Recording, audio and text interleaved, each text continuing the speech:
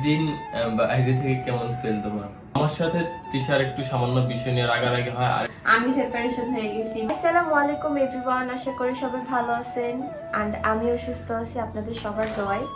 তো ইদানিং যেটা বলার জন্য আসছি, তো স্যাড পোস্ট কেন করতেছি এন্ড সবথেকে বড় ধারণা আমি একা পোস্ট করতেছি, তোহা একা পোস্ট করতেছে, ওর মতো আমি আমার মতো কেন?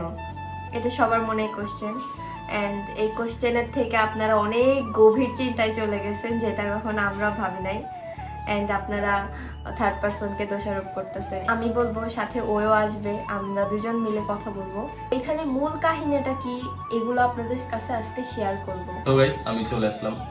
তো এখানে আমি আপনাদেরকে মেইন কথাটা বলি যে কি জন্য আমরা আলাদা ছিলাম বা কি আমরা আলাদা ছিলাম কিনা।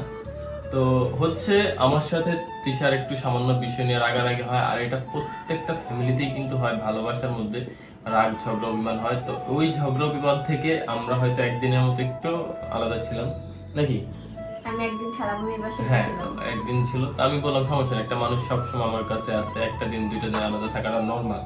তো আমি তখন এর আগে আমি নর্মালি টিকটকে আমি একা সেট মানে পোস্ট করি, তোর সেট যেই পোস্ট আমার চোখে পড়ে যেটা ভালো লাগে আমি ওইটা করি। আর এখানে আপনারা একটা জিনিস খেয়াল করবেন, আমরা অল টাইম বেশিরভাগই টিকটক ভিডিওস গুলো আমরা একা করি, কারণ ওই বেশিরভাগ টাইম বাইরে থাকে, ওই বাইরে মানে ভিডিও করে, আর আমার বেশিরভাগ ভিডিও দেখবেন বাসায় বা ছাদে এরকম ভিডিও দেখবেন। তো এইগুলো মানুষ ধারণা করছে যে তুমি একবারই সেপারেশন হয়ে গেছো, আমি সেপারেশন হয়ে গেছি, মানুষের চিন্তা ভাবনা এই পর্যায়ে চলে গেছে। না, আসলে বিষয়টা আমরা একসাথে ভিডিও করতেছি না অথবা সেট পোস্ট করতেছি, এর মানে এই নয় যে আমরা একজন আরেকজনকে ছেড়ে গেছি বা আমাদের ভালোবাসাটা এতই দুর্বল যে সামান্য একদিনে দুই দিনে ভেঙে গেল বা থার্ড পার্সনের কারণে ভেঙে গেল, এরকম কিছু না। আরেকটা মোস্ট ইম্পর্টেন্ট ব্যাপার আপনারা সবাই প্রচুর পরিমাণ কমেন্টে বলতেছেন যে একটা থার্ড পার্সন, একটা মেয়েকে আপনারা মেন করতেছেন, আমি মেয়েটার নাম বলতেছি না, বাট ওই মেয়েটাকে আপনারা প্রচুর পরিমাণ দোষারোপ করতেছেন। দেখেন ভাই, ওই মেয়ের তো কোনো দোষ নেই। ওই মেয়েকে আমরা মানে ওর সাথে একদিন দেখা হয়েছে, তাও ওই ছিল, আমি ছিলাম না।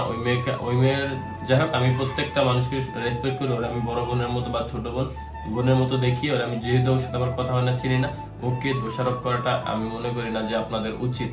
আপনারা একটা জিনিস জানেন, শুনেন, তারপর কোনো প্রুফ থাকলে সেই বিষয়ে কথা বলেন। তো আপনাদের সবার কাছে মানে আমি এই রিকোয়েস্টটা করবো, ওই আরেকজন থার্ড পার্সনকে আপনারা কোনো ধরনের দোষারোপ করবেন না। আরেকটা কথা দেখেন, মানুষের ভালো লাগে খারাপ লাগে টেস্ট থাকতেই পারে। তো এখন আমরা যেহেতু সোশ্যাল মিডিয়াতে আছে, বিভিন্ন সময় বিভিন্ন পোস্ট করে থাকি, এই পোস্টের উপর কেউ বিচার করবেন না যে এই পোস্ট দিয়ে কি হয়ে গেল, পোস্ট দিয়ে না হয়ে গেল, এরকম কিছু।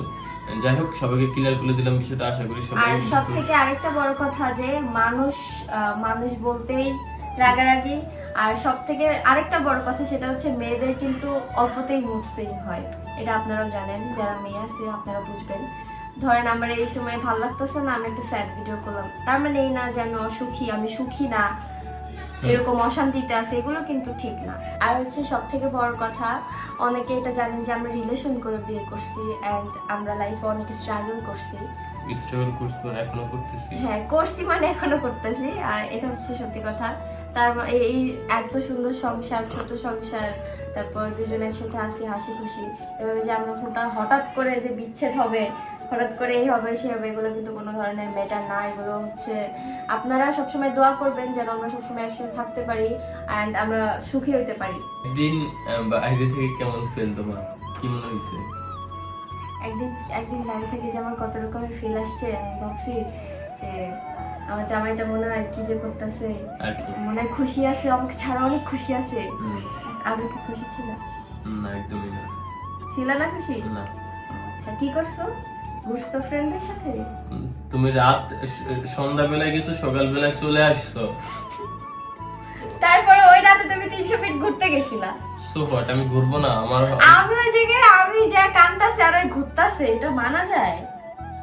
অবশ্যই মানা যাবে না। কেন তুমি গেছো, আমি কি করব?